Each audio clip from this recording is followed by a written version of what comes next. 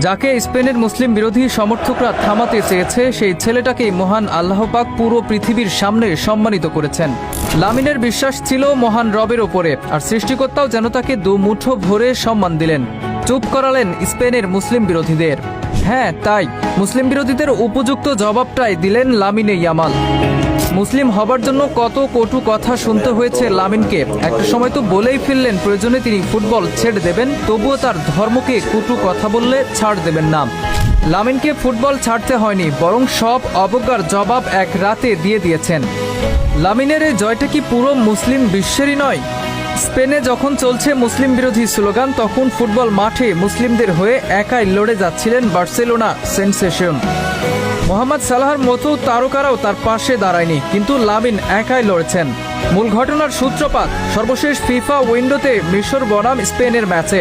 মুসলিম ধর্মকে নিয়ে কটু কথা বলতে থাকেন একদল সমর্থক। যদিও তারা লামিনকে কিছু বলেনি, কারণ লামিন ইয়ামাল তাদের দেশেরই ফুটবলার। তবে নিজ ধর্মকে ছোট হতে দেখে চুপ থাকলেন না তিনি। নিজের ইনস্টাগ্রামে তীব্র নিন্দা জানান বার্সার বর্তমান নাম্বার 10। অথচ চাইলেন লামিন চুপ থাকতে পারতেন, কিন্তু ওই যে কথাগুলো মুসলিম বিরোধিতা লামিনের হৃদয়ে আঘাত করেছিল, তাই নিজ দেশের সমর্থকদের কড়া জবাব দিতে ভুল করেননি তিনি। এরপর থেকে আরও কঠিন পরীক্ষার সম্মুখীন হতে হলো। লা লিগা থেকে চ্যাম্পিয়ন্স লিগ, স্পেনের মাঠে ম্যাচ খেলতে নামলেই স্প্যানিশ তরুণকে লক্ষ্যবস্তু বানিয়েছে ওই সমর্থকগুলো। লামিনকে থামানোর চেষ্টা করা হয়েছে, কিন্তু মহান আল্লাহ পাকের ওপর বিশ্বাস রেখে শুধু সামনেই এগিয়েছেন তিনি। সৃষ্টিকর্তার ওপরে যার বিশ্বাস, তাকে আটকানোর সাধ্য আছে কার?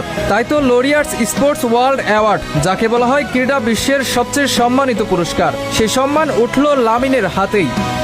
2025 সালে বছর সেরা উদীয়মান ক্রীড়াবিদ নির্বাচিত হয়েছেন তিনি।